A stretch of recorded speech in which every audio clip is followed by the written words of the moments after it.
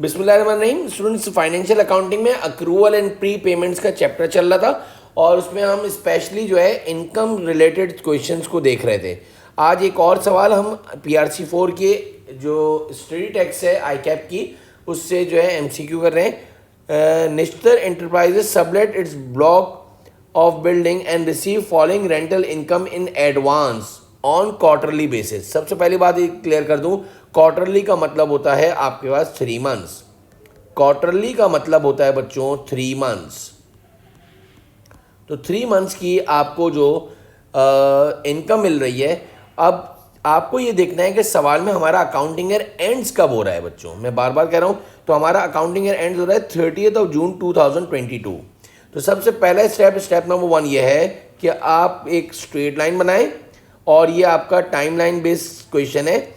आपने इधर लिख दिया 30 जून और 2022 आपका अकाउंटिंग एंड हुआ है।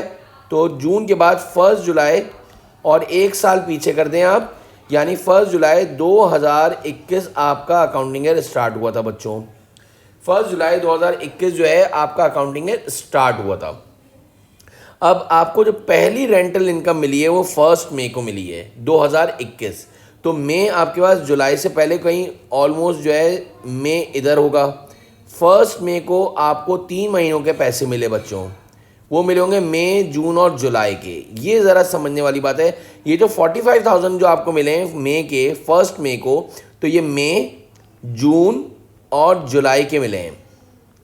अब मेरा सवाल ये है, हमारा अकाउंटिंग स्टार्ट हो रहा है 1 जुलाई को, तो इस 45,000 को बच्चों हम जो है 3 से डिवाइड कर देते हैं। इस 3 से डिवाइड करने का मकसद ये है, वो वजह यह है कि इसमें एक महीने की जो इनकम है वो हमारी इस साल से पर्टेन करती है, यानी 15,000 रुपये जुलाई के भी हैं बच्चों। 15,000 रुपये जो है रेंटल इनकम है वो जुलाई की हो गई।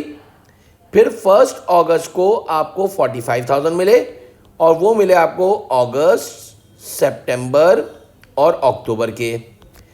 फिर 1 नवंबर को आपको फिर मिले नवंबर, दिसंबर, जैन 2022, 45,000 रुपये ये भी हो गए। ये आपके 1 मंथ हुआ, ये आपके 3 मंथ्स हुए, ये आपके 3 मंथ्स हुए। इसके बाद फरवरी में मिले तो फेब, मार्च और अप्रैल के मिले 45,000 और मिल गए। तो टेक्निकली आप देखो तो 3 महीने ये भी मिल गए।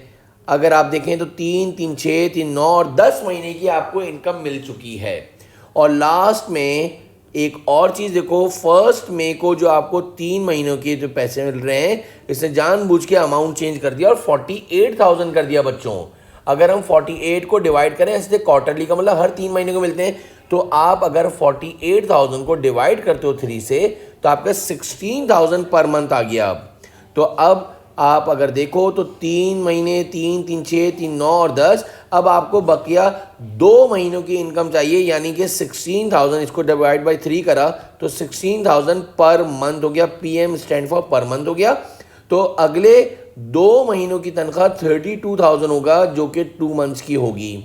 इस तरह से हमारे पूरे 12 महीने कंप्लीट हो गए। मैं फिर रिपीट कर रहा हूँ, इस 1 मई में आपको 3 महीनों की जो सैलरी मिली है, तो मई और जून जो है हमारा अकाउंटिंग ईयर नहीं है, हमारा अकाउंटिंग ईयर स्टार्ट हो रहा है 1 जुलाई से।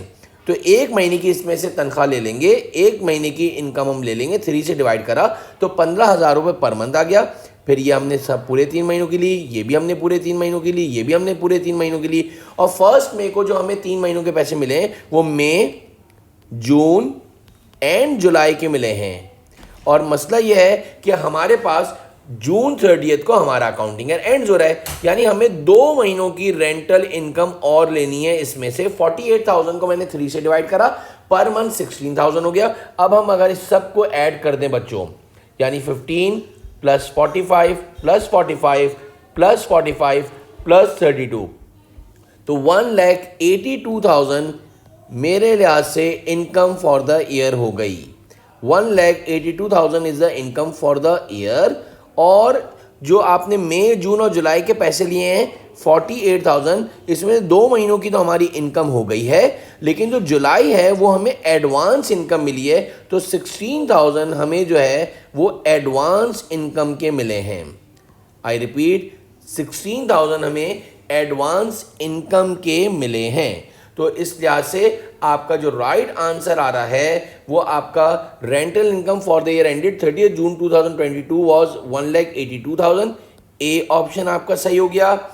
और अगर आप अनअर्न्ड रेंटल इनकम को देखो तो आपके पास 30 जून को 48,000 लिखा है, that is wrong. Unearned rental income on 1 जुलाई 30 जून को आपके पास जो बचे हैं वो आपके पास एडवांस में मिले ना, तो आपके पास ये 16,000 आंसर आना चाहिए। होपफुली ये आपको सवाल समझ में आ गया होगा। Thank you.